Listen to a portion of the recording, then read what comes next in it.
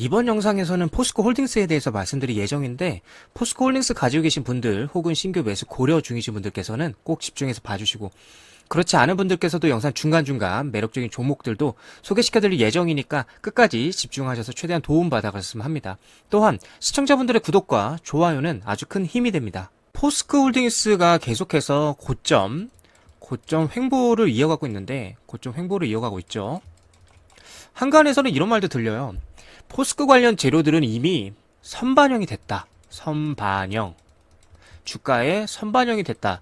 이런 말들도 들리고 있는데, 뭐 철강이든 비철강이든 이미 선반영이 되었기에 이미 이 지점은 고점이다. 포스코 홀딩스는 고점이다. 이런 말들도 들리고 있는데, 이 부분 관련되어서 좀 얘기를 나눠보는 시간을 가져보겠습니다. 자, 그리고 이번 주 아주 중대한 지수 발표들도 예정이 되어 있어서 관련되어서 함께 나눠보는 시간 가져보도록 하겠습니다. 포스코 홀딩스 7월 10일자 기준으로 시가는 40만 4천원, 고가는 40만 7,500원, 저가는 35만 5천원, 종가는 39만 7천원으로 마무리가 됐고, 전일 대비 등락률은 0.75% 정도 빠진 모습 보여주고 있는데, 거래량이 그래도 제법 쏠렸어요. 오늘 같은 경우에는. 자, 오늘 개인이 굉장히 많이 샀습니다. 그리고 기관 외인 외국계 프로그램이 다 싸그리 팔았고요. 근데 이게 조금은 불안한 게 뭐냐면, 보게 되시면 개인이 1, 2, 3, 4, 5 영업일째 계속해서 뭐하고 있다? 매수를 하고 있다. 사들이고 있다. 반대로 뭐 기관이나 외국계들은 지금 3일째 계속해서 팔고 있는 모습들을 보여주고 있어요. 이런 모습을 봤을 때는 주가에는 그렇게 긍정적이지는 않은 모습들이다. 왜냐하면 지금 계속해서 개인이 외인이랑 뭐 프로그램에 파는 물량들을 개인이 지금 다 받고 있거든요. 이 친구들이. 그래서 이렇게 개인이 많이 사는 경우에는 사실 에코프로 말고는 그렇게 긍정적인 경우가 많지는 않았기 때문에 조금 불안한 모습 보여주고 있고, 그러니까 이게 지금 제가 계속 말씀드리는 게 기관들이랑 외인들이랑 아직 확신이 없는 거야. 분명 올라갈 것 같긴 하지만 아직 확신이 없기 때문에 계속해서 단타로 대응을 하고 있는 거야. 단타로. 그리고 개인들은 오히려 이제 하반기를 보면서 계속해서 들고 가는 느낌인 거고. 근데 세력들이 절대 그냥 이렇게 올려주진 않겠죠. 왜냐, 지금 개인들이 너무 많이 사고 있거든. 그러면 어떻게 해야 돼? 개미 한번 털어야겠죠, 여러분도 아시다시피. 개미털이를 한번 쫙 한 다음에 그 수급을, 그 물량을 다시 외인이랑 프로그램이 싸그리 다 받아가면서 그때부터 이제 주가를 올리기 시작할 거예요, 분명하게. 그렇기 때문에 지금 외국인들과 뭐 프로그램들이 지금 현재 상황에서는 단타를 치고 있는 장이다. 좀 이렇게 볼 수가 있을 것 같고, 지금 뭐 일단 길을 모으고 있는 중인 것 같아요. 계속해서 매집을 하면서 위로 갈지 아래로 갈지 지금 길을 모으고 있는 상황이라고 볼 수가 있고, 만약에 이제 여기서 기관이나 외국들이 다시 한번 수급이 들어와만 준다면 다시 한번 이제 정고점을 향해 슈팅을 쏠 수 있는 상황이 만들어지겠지만, 그게 아니고 계속 개인만 살고 기관 외인들과 프로그램을 계속 팔게 된다면 한번 큰 조정이 있을 다음에 개미털이 한 후에 주가를 올리지 않을까, 이렇게 좀 생각이 드는 관점인 것 같습니다. 자, 이번 주는 굉장히 중요한 일정들이 있는데, 이번 주 수요일, 즉 12일에 미국의 CPI 지수 발표가 있고, 그리고 13일 목요일에는 옵션 만기일이 있는데, 자, 우선 미국의 CPI 같은 경우에는 예측이 3.1%로 보고 있습니다. 지난달에 대비해서 무려 1%가 축소가 되었는데, 근데 최근 연준에서 금리 인상을 2차례 더 할 것이라고 이러한 발표들이 계속 들리면서 시장에 불안감을 조성을 하고 있다, 이렇게 말씀드릴 수 있을 것 같은데, 자, 만약에 지금 예측치가 3.1%인데 이 3.1%를 조금 더 하회해서 2.9%대가 나온다면 시장 분위기가 또 한 번 완전히 급변할 수가 있다는 거. 왜냐면 연준에서 목표로 했던 수치가 물가가 2%대로 진입을 하게 된다면 금리 인하에 대해서 검토를 하겠다는 기대감을 높여주는 발언들을 과거부터 계속해서 해왔다는 걸 볼 수가 있는데, 그래서 2.9%라면 굳이 금리 인상을 계속 해야 되나, 이런 생각들이 다시 시장에 반영이 될 수가 있고, 또 한 달 동안 시장의 조정을 보였었던 이러한 흐름을 바꿀 수 있는 변곡점이 될 수 있다는 점을 말씀드리고 싶습니다.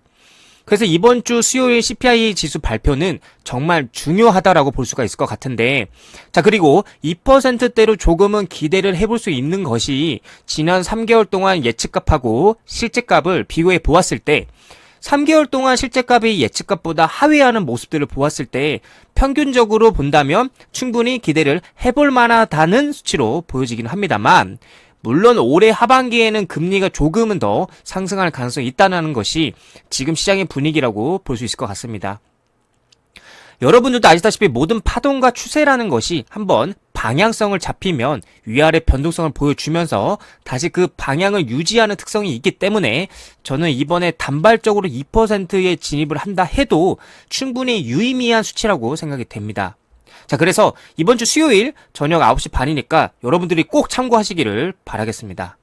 자, 뉴스를 보게 되시면 포스코홀딩스 2차전지 리사이클링 공장을 준공을 했다. 자, 여러분도 아시다시피 주식 그리고 투자라는 게 늘 그렇잖아요. 귀에 걸면 뭐예요, 여러분들? 귀걸이. 코에 걸면은 뭡니까, 여러분들? 코걸이가 됩니다. 포스코홀딩스 같은 경우에는 거의 1년 동안 계속해서 우상향하는 시세를 보여줬어요. 계속해서 올라왔죠. 꾸준하게 보여줬는데 이랬든 저랬든 사실상 주가는 2배 이상 올랐다고 볼 수가 있습니다. 2배. 2배 가까이 오른 시세가 만약에 시장에서 평가를 하기를 철강 그리고 뭐 비철강 사업의 모멘텀도 지금 선반영이 된 거야 라고 말을 한다면 솔직히 할 말은 없습니다. 자, 근데 여기서 중요한 거는 밸류레이션적인 측면에서 본다면 과연 지금 현재 39만 7천 원이라는 가격이 포스코홀딩스의 가격이 어떻게 비철광과 리튬 사업 그리고 뭐 2차 전지 사업 그리고 뭐 에너지 사업 신규 사업들의 밸류에이션을 여기에다 다 먹였다 즉 선반영했다라고 이야기를 할 수 있을까요? 저는 이렇게 얘기를 하고 싶어요. 이건 말이 안 돼요. 예. 아직 한참 선반영 되지 않았다고 저는 봅니다. 당장에 지금 철강 사업만 가져도 지금 1조 클럽이라 얘기가 나오고 있는데 여러분들 그쵸? 그 정도로 지금 이 포스코홀딩스, 이 포스코 그룹이 그 정도로 튼튼하게 가고 있는데 이거를 지금 다 선반영했다? 이 40만원 안에? 이건 말이 안 된다고 봅니다. 앞으로 포스코 그룹주분들이 준비하고 있고 또 준비해오고 있고 모멘텀으로 강력하게 붙어줄 비철광 사업들이 어떻게 이 40만원 안에 선반영 됐다고 말을 할 수 있느냐라는 계속해서 그런 생각이 드는 관점인 것 같아요. 포스코홀딩스의 모든 리포트가 거의 모든 증권사에서 커버를 많이 해주고 있는데 근데 10의 아홉은 다 비슷한 소리를 하고 있습니다. 비슷한 소리를. 너무나도 좋은 종목이다. 지금 너무 저평가를 받고 있다. 더 올라갈 것이다. 이거는. 이렇게 말을 하고 있을 정도로 계속해서 이제 좋은 말들이 나오고 있는데 당장에 포스코홀딩스가 계속해서 고점 횡보를 하다가 뭐 급락을 할 수도 있어. 급락이 나온다 한들 여러분들께 자신있게 제가 말씀드릴 수 있는 건 뭐냐면 포스코홀딩스의 주가는 이제 시작도 안 했다라고 봅니다.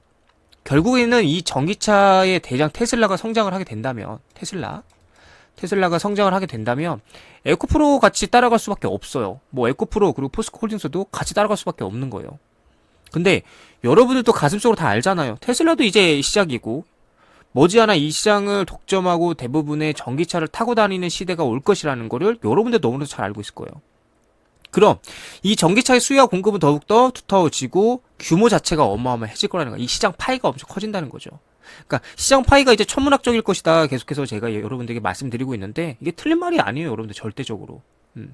그렇기 때문에 아직 이 포스코홀딩스 냉전 중에 있지만 조만간 그 시세 한번 나올 거라고 저는 생각이 들고 아직 저평가된 기업이다 라고 좀 말씀을 드릴 수 있을 것 같습니다. 그렇기 때문에 여러분들도 끝까지 그 가치를 믿으면서 좀 투자를 하시면 좋을 것 같아요.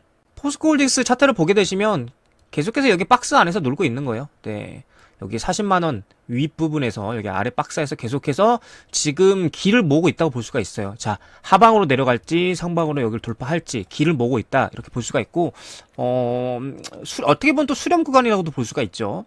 그래서 사실 지금 방향성에 대해서는 확실히 위로 갈 것이다 아래로 갈 것이다 말씀드릴 수는 없지만 하나 중요한 건 아직까지 이 추세 라인은 지켜지고 있다라는 거, 아직 상방 스탠스는 잡혀 있다라는 거, 이걸 여러분들이 참고하시면 좋을 것 같고, 일단 당장 중요한 거는 일단 이 40만원 그리고 41만원 여기 매물대가 굉장히 중요한데 여기를 돌파가 일단 차적으로 나와줘야 그 다음에 뭐 여기 43만 6천원 구간 리테스트를 할지 말지가 결정이 될 것 같아요.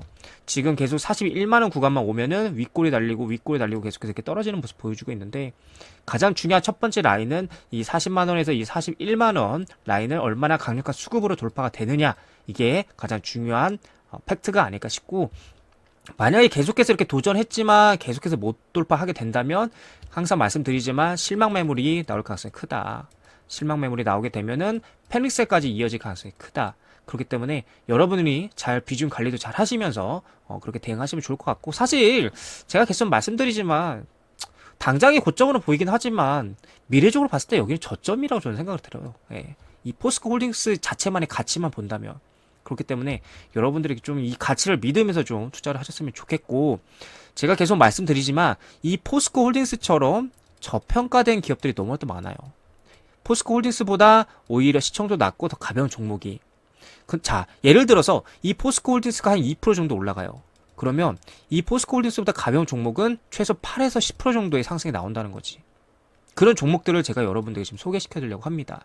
포스코 홀딩스와 관련이 돼 있고, 그 다음에 저평가까지 된 이 기업, 그리고 시총이 낮은, 그만큼 변동성이 뭐하다? 클 수밖에 없겠다. 그래서 이 관련 종목이 궁금하신 분들은 여기 상담번호로 숫자 7번 문자로 숫자 7번 남겨주시면 제가 이 관련 종목들에 대해서 상세하게 설명도 해드릴 거고 분석도 해드리면서 왜 이게 저평가가 되었고, 왜 이게 포스코 관련이 되었고, 왜 더욱더 성장 가능성이 있는지에 대해서 자세하게 설명드릴 테니까 가벼운 마음으로 그냥 숫자 7번 한번 남겨주시면 되겠습니다. 끝으로 하고자 하는 사람은 방법을 찾고 하기 싫은 사람은 핑계를 찾는다라는 강호동 씨의 말처럼 조금 느리지만 천천히 계좌 상태를 늘려가고 싶으신 의지가 조금이라도 있으신 분들께서는 저희도 앞으로 수입 볼 수 있는 환경 최대한 조성해 드릴 테니까 최소한 제 구독자 분들만이라도 많은 도움 받아가셨으면 합니다. 이번 영상 여기까지 하겠습니다. 지금까지 시청해 주셔서 감사합니다.